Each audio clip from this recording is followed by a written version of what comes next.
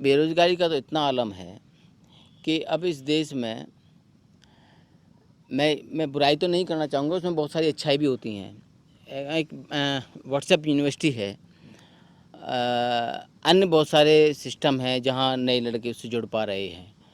लेकिन मैं सोचता हूँ क्या उससे रोज़ी रोटी का साधन उपलब्ध हो पा रहा है? नहीं, रोज़ी रोटी का साधन तो उसी चीज़ से उपलब्ध हो पाएगा कि जो रोज़गार सृजन के जो काम होंगे, रोज़गार के जो सिस्टम जो पहले से चले आ रहे थे, चाहे उसमें आप मॉडिफिकेशन कर दीजिए, आप टेक्नोलॉजी बदल दीजिए, वो सब चीज़ें ठीक हैं। लेकिन नया बच्चा जो पैदा होगा वो बड़ा भी होगा, स्वाभाविक बात है। उसकी शादी ब्याह भी होंगे, उसके खाने खर्चे भी होंगे, वो कहाँ से आएंगे?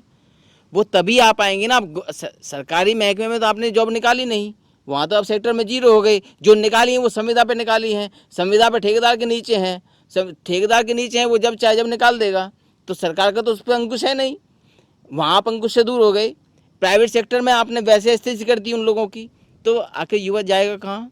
अगर यही आलम रहा ना, और यही इस तरीके से इनकी गवर्नमेंट की पॉलिसी रही, तो इस देश में भी ग्रेजुएट छिड़वा देंगे ये लोग। और ये लोग फिर उसमें भी ये लोग रोजी रोटी, मतलब अपनी रोटी रोटी सेकने का काम करेंगे कि तुम्हारी सीट अब इसमें किस तरीके से सुरक्षित रहे, यही ढूंढोगे इस बात में।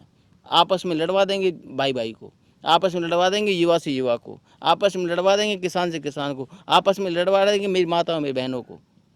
बात तो हम रोजगार की कर रहे हैं ना, फिर आप किस दूसरी चीज़ की बात क्यों करते हो? आप क्यों बात करते हो हिंदू मुसलमान की? वे भी तो हमारे भाई हैं। सब इस देश में है, जिस देश में पैदा हुआ है वो सब हमारा भाई है, चाहे वो किसी जाति धर्म में पैदा हुआ हो। अभी कोरोना काल के बाद बेरोज़गारी बढ़ी है, इसमें कोई छुपाने वाली बात नहीं है। तमाम धंधे लोगों के बंद हुए हैं, नौकरियां चली गई हैं। आलम यह है कि लोग दो दो पैसे को मोहताज है। कुछ लोग कह रहे हैं कि अगर कुछ दिन और यही चलता रहा तो लोग एक दूसरे को मारकाट और लूटपाट इतनी बढ़ जाएगी कि बाहर निकलना मुश्किल हो जाएगा। आपके क्षेत्र में क्या हालात हैं? मेरे क्षेत्र में बहुत सारी ऐसी वारदातें हो चुकी हैं जिनके सुनकर भी हमारे रूह कांप जाते हैं।